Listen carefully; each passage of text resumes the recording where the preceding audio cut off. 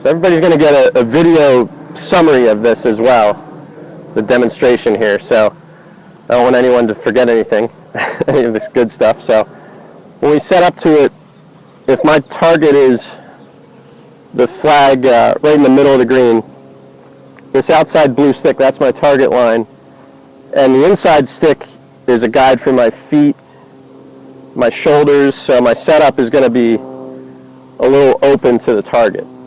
Okay, so when I grip the club, I like to kind of weaken up my grip a little bit so the face is just slightly open. So everyone can do that. Instead of taking your normal full swing grip and then opening the face, what happens is full speed,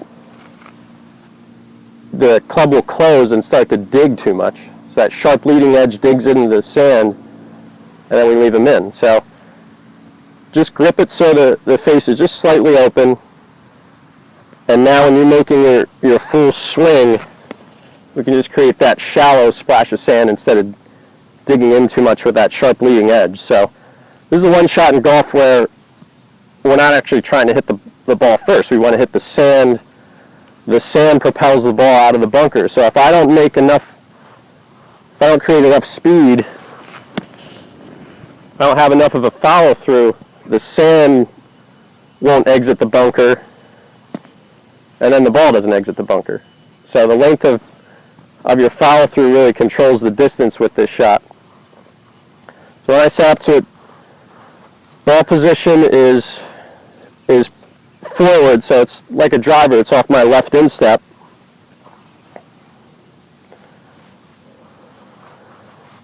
Kind of working my feet into the sand and leaning forward, so my weight's about 60% on the left side. And there's no shift back to the right. So normal full swing, you're going to have a little bit of a weight shift back to the right, but I'm just staying forward. And you can see the first move is really getting that club head elevated quickly. So I'm hinging my wrist, getting that club head up quickly.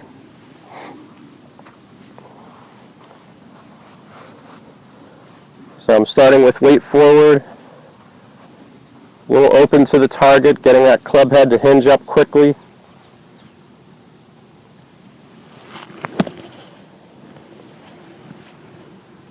Okay, so it's not really an exact science as far as how far I'm hitting behind the ball.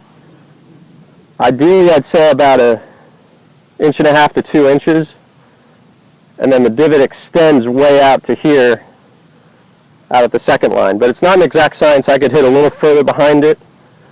The ball might roll a little bit more if I catch closer to the ball. Of course, I risk sculling it over the green, but you might put a little more spin on the ball also. So one of the drills I'm going to have you do is just drawing 2 lines like that, and just try and get good at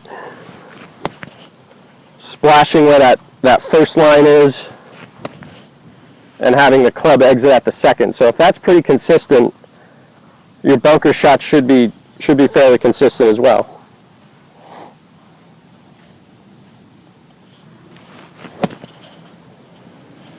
So on an uphill lie, basically the adjustment, we're going to go over these different lies as well. So the adjustment I want you to make is allowing your shoulders to tilt with the slope here. So I'm still leaning forward with my lower body, but if my upper body is really leaning forward, I'm just going to dig in too much. Okay, so I want to be able to swing along the slope, and this one really launches the ball high. It's going to be a little more difficult to hit it far enough, but it will make it go higher. Okay, the downhill lie is kind of the opposite.